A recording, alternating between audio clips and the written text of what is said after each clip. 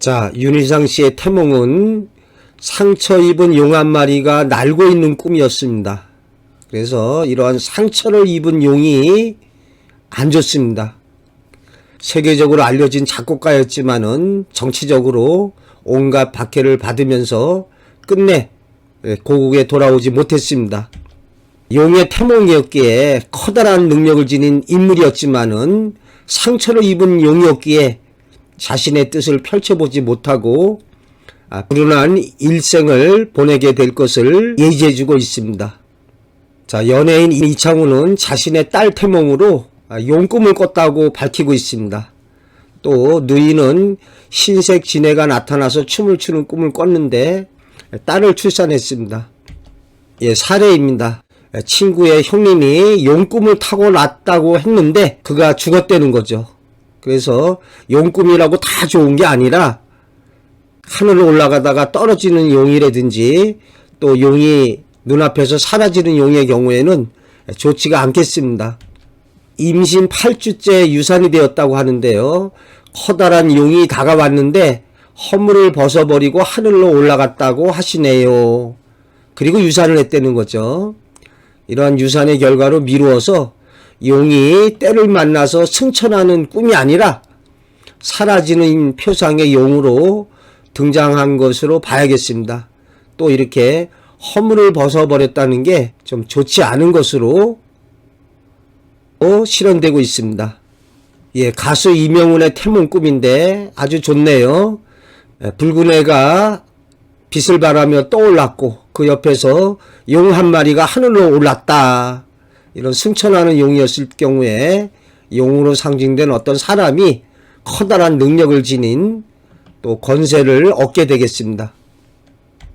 오색 빛깔의 용이 하늘로 날아오르는 태몽이었습니다.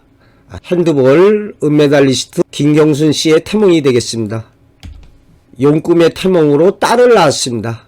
어머니가 태몽으로 용꿈을 꿔서 아들인 줄 알고 강훈용이라고 지어놨는데 여자아이가 태어나서 참 별날 일 다 있다 그래서 강별이 됐다고 합니다. 자, 이렇게 용꿈이라고 반드시 아들 낳는 게 아닙니다. 용꿈으로 딸을 낳을 수가 있습니다. 하지만 용의 태몽이니까 좀 여성적인 것보다는 좀 남성적인 성격이 강할 수가 있습니다. 본인의 말을 들어보면 실제 성격이 여성스러움과 거리가 좀 있다고 하네요. 초등학생 때 죽은 쥐를 가지고 장난을 치고 남자애들하고 칼싸움하고 벌레를 무서워하거나 그런 게 없다는 거죠.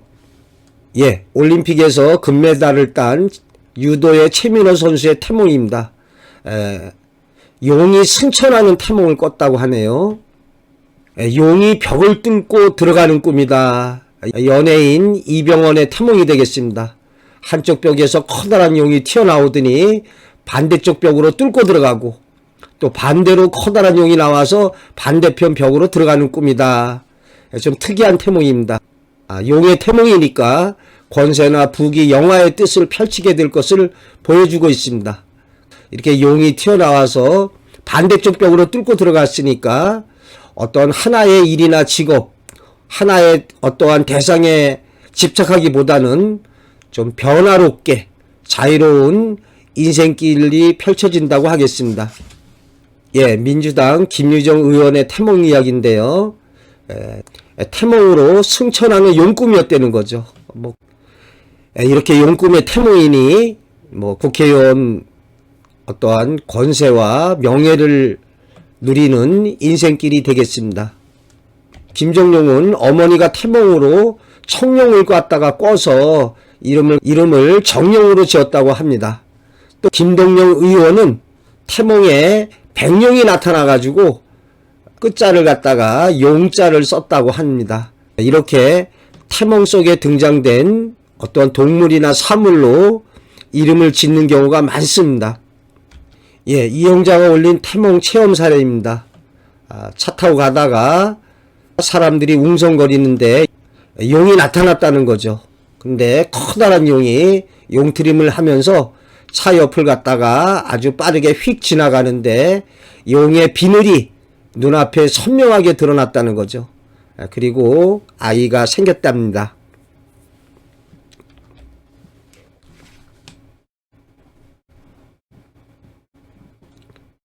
예, 고려 말에 정몽주는 어머니가 임신했을 때 난초 화분을 안다가 놀라서 떨어뜨리는 꿈을 꿨답니다.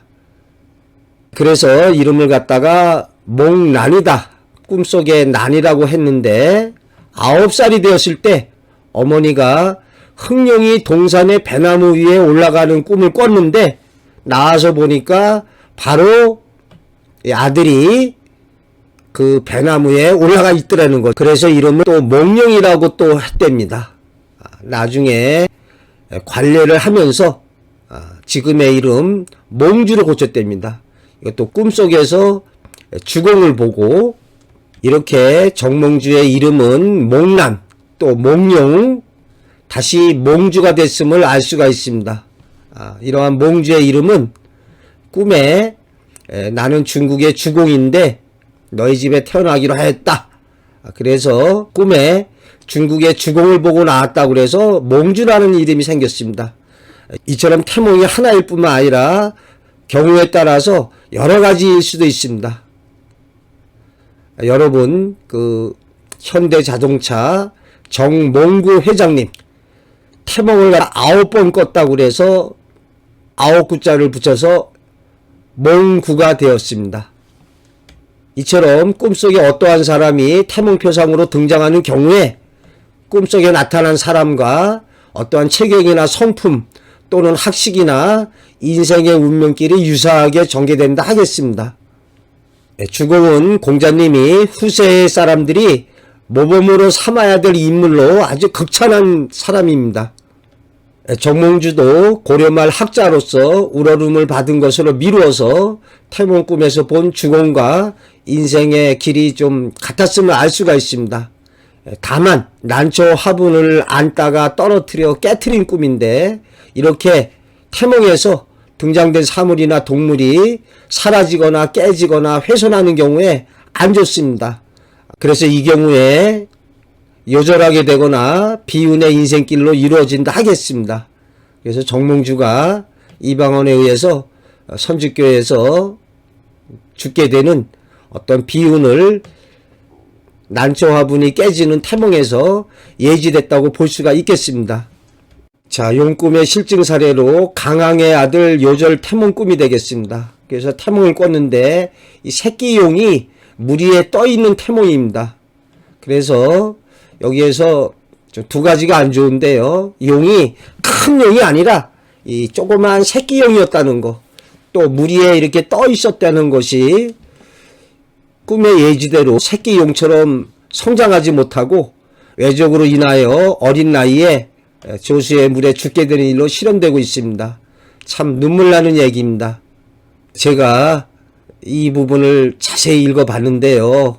그 정류재란 때 일가족이 배를 타고 피난하다가 외적의 배에 붙잡히게 됩니다. 그러니까 외적놈들이 어린아이들은 쓸모없다고 그냥 모래밭에 그냥 던져두고서 그냥 간 거죠.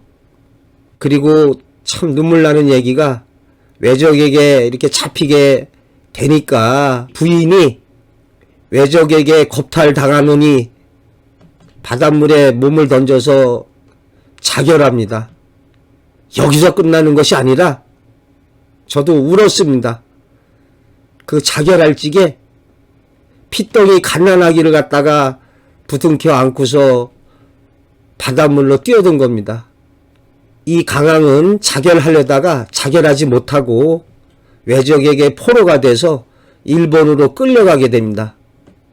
그래서 강항의 말에 태몽에 새끼용이 물 위에 뜬 것을 보았는데 그래서 이름을 용이라고 지었는데 누가 그 아이가 물에 빠져 죽으리라 생각을 했겠는가.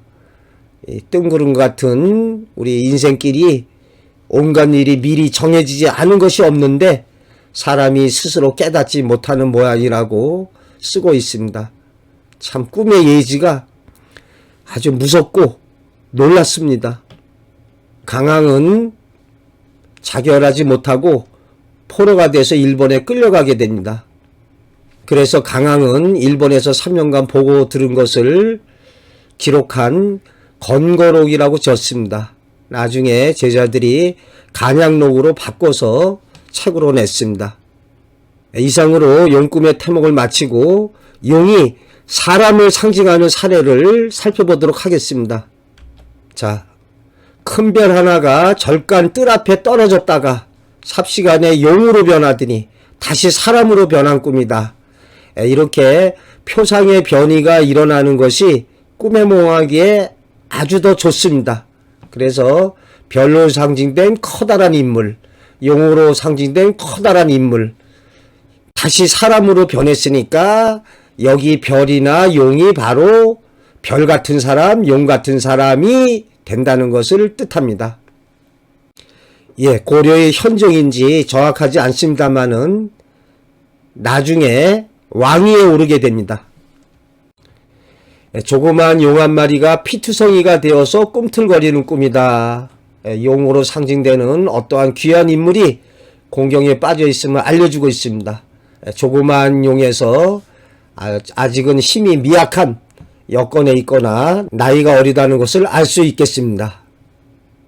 이 꿈 이야기도 정확치 않지만 어느 날 숙종이 이런 꿈을 꾸고 장희빈이 질투에 눈이 멀어서 숙종의 총애를 받던 그 무술이 출신의 최숙빈을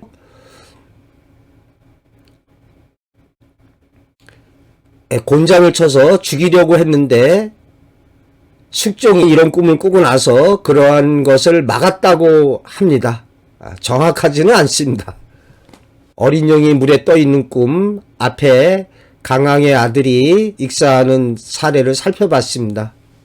쌀을 한 대접 얻어다 놓았는데 쌀알마다 용이 되어서 하늘로 올라간 꿈이다. 이런 꿈을 꾸고 남편이 과거에 급제할 것을 예지하고 있습니다. 자, 용 한 마리가 잣나무를 감고 있는 꿈이다. 세종이 꿈을 꿨는데 꿈에 용 한 마리가 성균관 서편에 잣나무를 감고 있더라는 거죠. 그래서 관노로 하여금 가보게 하니까 한 선비가 그 잣나무 아래에 누워서 잣나무에다 발을 걸치고 자고 있더라는 거죠. 과거에서 장원급제했는데 이렇게 보니까 바로 그 사람이었다는 거죠. 용의 제목인 거죠. 자, 용 한 마리가 종루에서 일어나서 하늘로 올라가는 꿈이다. 요 일어나서가 기자가 되겠습니다. 일어날 기자, 용용자. 용이 일어났다. 그래서 선조대왕이 용이 종루가에서 일어나서 하늘로 올라가는 꿈을 꿨습니다. 정기룡의 처음 이름은 무수였다고 합니다. 그랬는데 선조대왕이 용이 종무가에서 일어나서 하늘로 올라가는 꿈을 꾸고 나서 그때 마침 공이 묵가에 급제해서 막 이름을 날려서 선조 임금이 용이 일어나서 올라갔으니까 너의 이름은 기룡이라고 해라. 그래서 정기룡이가 됐다는 겁니다. 1586년 묵가에 급제한 후에 왕명에 따라서 이름을 기룡으로 고칩니다. 나무 위에 쌍용이 얽혀 있는 꿈이다. 조관이란 사람의 일화가 되겠습니다. 처음에 조관이 군의 낮은 관리가 되었는데 하루는 괴수나무에 올라갔더니 그 읍제가 낮잠을 자다가 꿈에 나무 위에 쌍용이 얽혀 있는 것을 보았습니다. 그래서 사람을 시켜서 알아본 후에 이 조관을 갖다가 공부시켜서 과거 시험에 1등으로 급제하게 한 거죠. 앞서 정몽주도 나무에 올라가 있었는데 어머니 꿈에 용으로 나왔고 최항도 그렇고 여기 조관도 그렇습니다.